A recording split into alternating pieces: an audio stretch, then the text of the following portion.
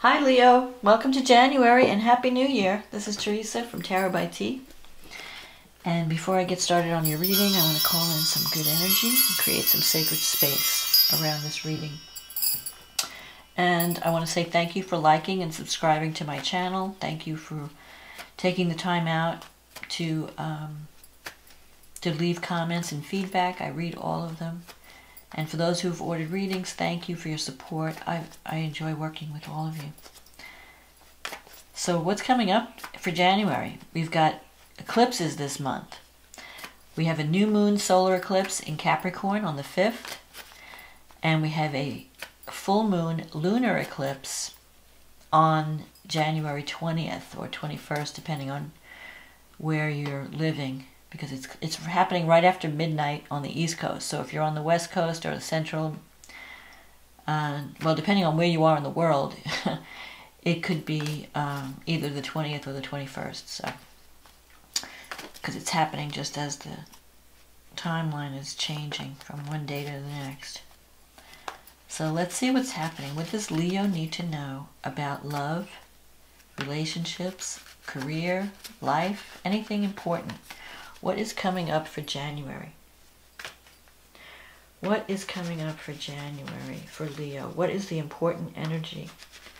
What does Leo need to be aware of for January? What are the energies for January? What is the message for Leo for January?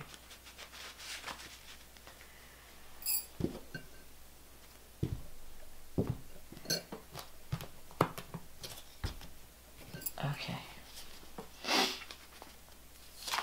The Three of Wands. The Seven of Pentacles. The Two of Wands. The Queen of Cups.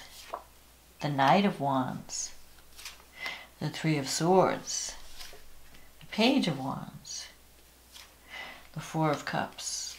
The Nine of Swords. And the Six of Swords. Okay, well, this is good. Okay, so you start the month with the Three of Wands. This is a card of forming a partnership. Like you've already planted seeds with the Two of Wands here. This is the beginning, and you've been waiting to see the results, especially with the Seven of Pentacles. You've planted some seeds. You may have formed a partnership with someone, maybe someone who's a water sign. And with the Three of Wands here, you're going to start to see whatever work you've put in, whatever seeds you've planted, you're going to start to see the results in January. So don't worry. Don't feel that, things might have been slow over the past several months, especially in 2018, because we had all that retrograde energy. But now in January, we have eclipses, and we have all the planets going direct, and many of them are in their home sign. We have Saturn in Capricorn, we have Neptune in Pisces, we have Jupiter in Sagittarius. These planets are very strong right now. So anything that you've initiate in January is going to have a lot of support behind it. So if you're doubting the results of whatever you've been working on, don't doubt that. So I feel like there's going to be some partnerships. You're going to be forming a partnership that is going to pay off. The Knight of Wands, that's a card of a change.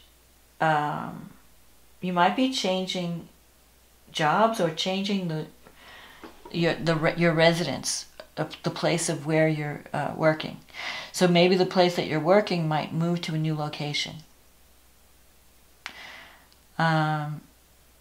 Because I'm seeing movement, cards of movement. Three of Swords. This is a card of cutting away what's no longer working. So you may have to, if you're in a relationship that's not working, you may decide that you want to break away from it, or you might have experienced some type of breakup. But there are going to be newer opportunities coming. So if something ends in January, or if you might still be suffering from a relationship that ended before January. Because the Three of Swords, that's a card of heartache. And this is a card of movement. So for some of you, if this is a love relationship, you might have been involved with two different people. One would maybe have been a water sign, one might be a fire sign. And maybe you've decided to let one thing go to pursue something else. So you might have severed ties with some people. And you might still be feeling that in January. But there's also exciting energy coming in. You might also be connecting with someone that brings fun to your life. Because you have the Page of Wands here. This is like a message coming. And the message is going to cheer you up. So if you're feeling, because I feel like you're under a lot of mental stress. You have the Nine of Swords here. You might be worried about something. Maybe you're feeling guilty if you decided to sever ties. Maybe there was a partnership that didn't work out and you decided to sever ties with that person. Or that it could even be an organization. It could be a work thing, a work partnership, if it's not a love relationship.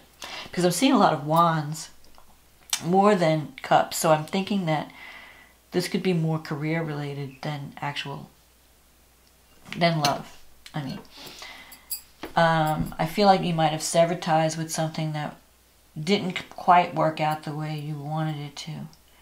And you're kind of worried about the future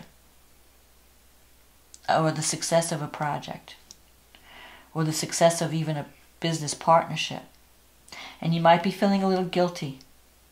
This is a card sometimes of guilt or worry. Like, I don't know how things are going to turn out, you know, but you are going to receive some good news. So I wouldn't worry too much. And you are going to be moving away from difficulty and conflict. And you're going to be, this is a card of movement. Movement to a better spot or a better situation. So you're going to be leaving your worries and your troubles behind in January. Something may be offered to you and you're not sure if you want to accept it. This is a card of sitting on the fence, wondering, you know, should I look for other opportunities? So if you're in a relationship where you feel like you're not being valued or you're not being appreciated or you're being taken for granted, you might even be bored. You might be looking at what your options are.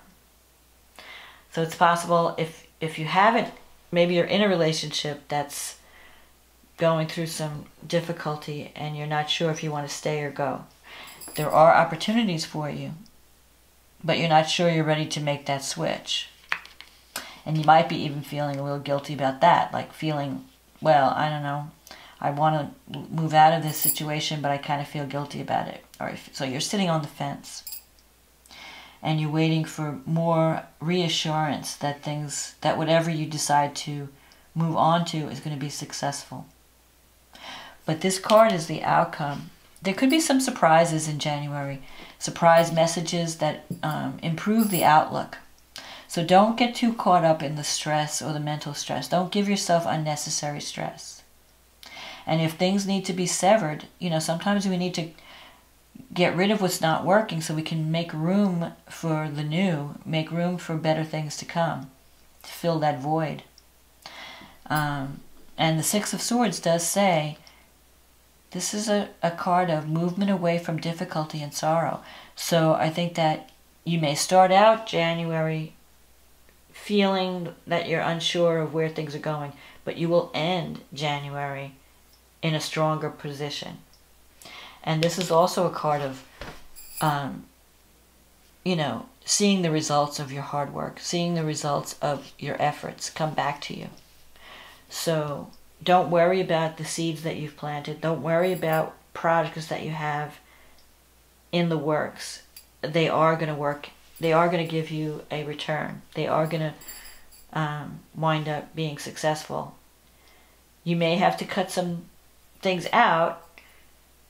You may have to cut some people out of the process, but in the long run, you'll wind up in a better place, in a more harmonious place. So let's see what's happening with the astrology. So yeah, you have the new moon in your 6th house. That's the house of work. So I was right. This is more about not so much love relationships, but more about career. You have Neptune in the 8th. So there could be some confusion about money or finance, some kind of funding that's coming in. Either you're getting funded to do something creative, because Neptune rules creativity, video, music, art, motion pictures, video. If you're not involved in a creative project, then Neptune can bring a little bit of confusion. And you want to be careful that you're going to receive what you're being promised. Because sometimes Neptune can represent deception or misunderstanding, because there's like a cloudiness or confusion around. The 8th house is the house of the financial support that you receive from others. It's not so much money that you earn. It's more money that you receive, like loan from a bank, inheritance, other people's money. Uranus is in your 9th house, Uranus and Mars. Now Neptune could also mean that you get financial support, because Neptune is sextile this new moon. And so it could mean that you get financial support comes in for a project that you're working on. And you thought you were running out of money, and all of a sudden this new money comes in. It allows you to create it, to fulfill a dream. It allows you to accomplish your goal. Uranus and Mars is in the 9th house. So I feel that whatever project you're working on, it could involve technology, publishing, media, reaching a global market. You're going to have a lot of energy focused in January on some aspect of technology. Teaching, learning, higher education. Maybe you're forming a partnership with a institution of higher learning. Or publishing. Either publishing or maybe a university. You might even be thinking about taking some classes. Or you might be thinking of teaching if you're older and you're more experienced. Whatever it is, it's favorable. But it's gonna broaden your awareness. Uranus in the 9th house is shaking up your belief system. So you're going to see things from a different perspective when this is all over. It's broad, because you're going to be connecting with people outside of your immediate area, and it's going to bring a new level of awareness to your experience, your life experience. So you could be creating something or working on something that is going to have global impact, or bring you in contact with people from around the world. The full moon that's happening in January on the 21st is falling across, it's in Leo, and it's falling across your 1st and 7th house. But this is only if you have 0 degrees Leo on your rising sign, as a rising sign. It could also fall, well, I guess if you put 0 on the horizon, I think it can also affect your work life relationships, your work relationships. But in any case, something is coming to completion at the full moon. Some relationship either a project comes to fulfillment, comes to an end, and then you're ready for the next phase by the end of the month. Like you completed one phase of a relationship or a project, and now you're taking it to the next level. And again, it's going to involve something that's creativity. There could be a new love, a new relationship. It could be that you're deciding to commit in a partnership by the end of the month. Like if you're in a relationship, you may want to take it to the next level. So for some of you, because it's an eclipse, something may end and something new may begin. So for some of you, you might be leaving one partner to go to another partnership, or you might be ending like the type of relationship. So like you might be committing, like going from single to married, let's say, or deciding to commit, deciding to end the single life or something. If you are involved with someone, it could be someone that's at a distance, or someone from a foreign country, or someone you meet through higher education.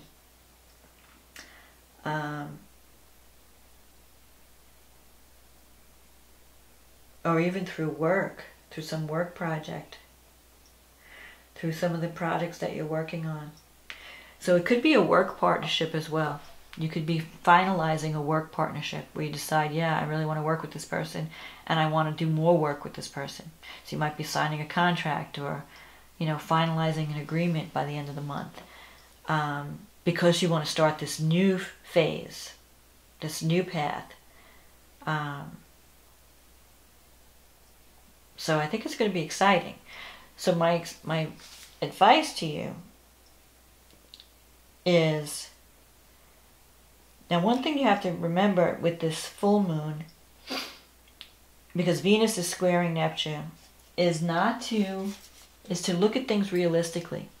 You know, you might be